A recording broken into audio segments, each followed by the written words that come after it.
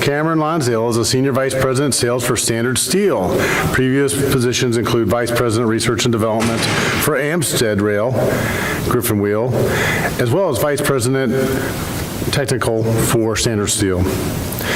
He worked for Conrail more than 10 years in the beginning of his career and held positions in engineering, sales, marketing, and transportation departments of that railroad. He actually began his career as a night train master, so he's really earned his stripes, I think. This is really long, so I think we're all thinking about happy hour again. So I think the most interesting thing about Lonsdale is that he was the 2008-9 chairman of ASME Rail Transportation Division. And I heard those guys are all pretty good. He's a former member of the AR Heavy Axle Load Engineering Research Committee, so he did committee work supporting AR, and is current member of the AR TTCI Research Advisory Board. And he also participates with the WAPL committee, so he's done a lot for our industry. So let's welcome Cameron, and it'll be our last presentation of the day.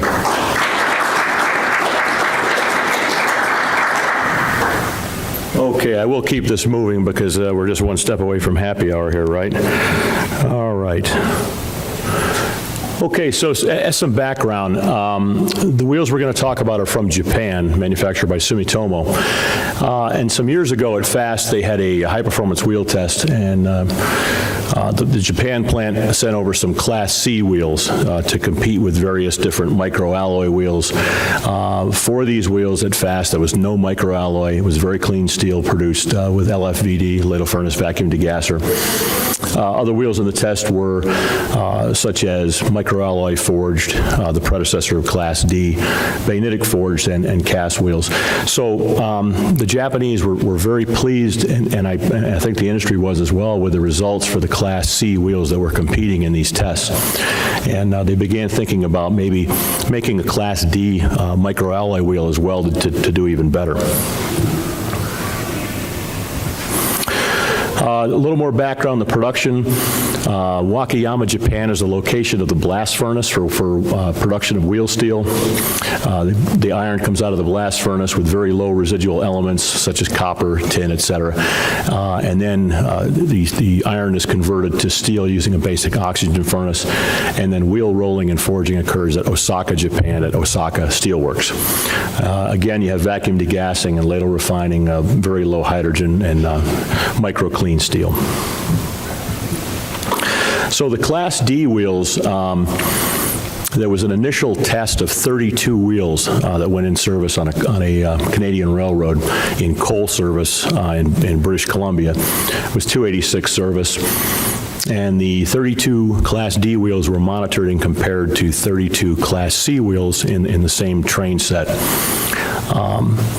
This test was about 5 or 6 years ago, and subsequently they decided to go with 1,000 Class D H36s.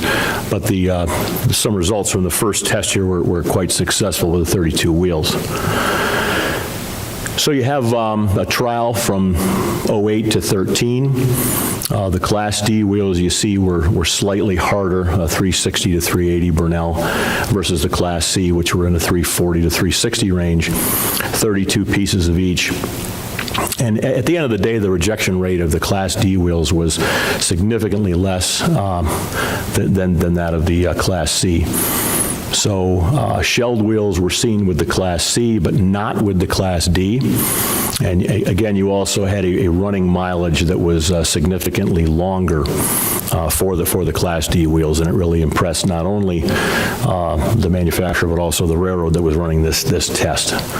So the decision was made to say, okay, let's open this up to a 1,000 wheel test. Just a different way to look at the data for the 32 wheel test. Again, you have the running mileage of the Class Ds is significantly later with less shelling.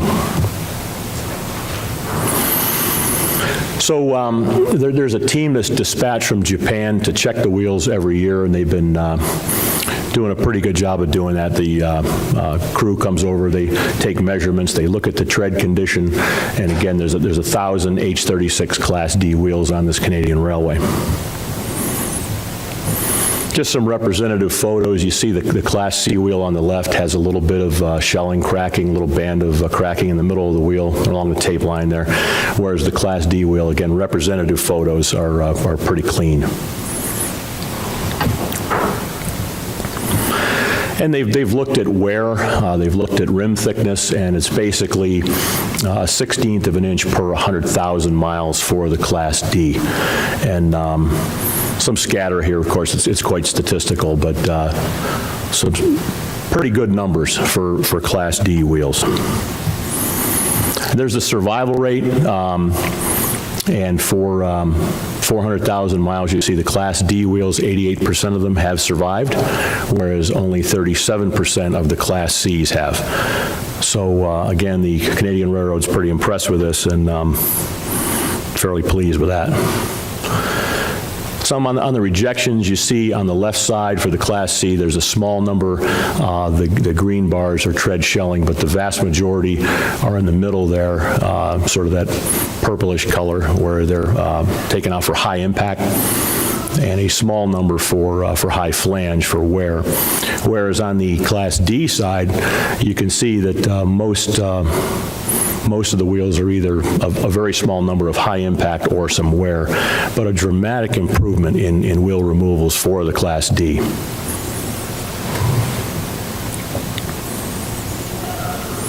So summary, service condition, very clean service is observed for the Class D, a very low rejection rate, and a high resistance against tread damage compared to the Class C. Wear, average wear is a 1/16 per 100,000 miles.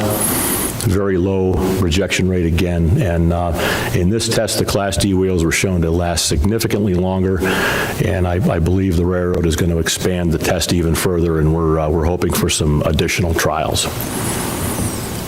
So as promised, a short presentation, and be glad to take any questions.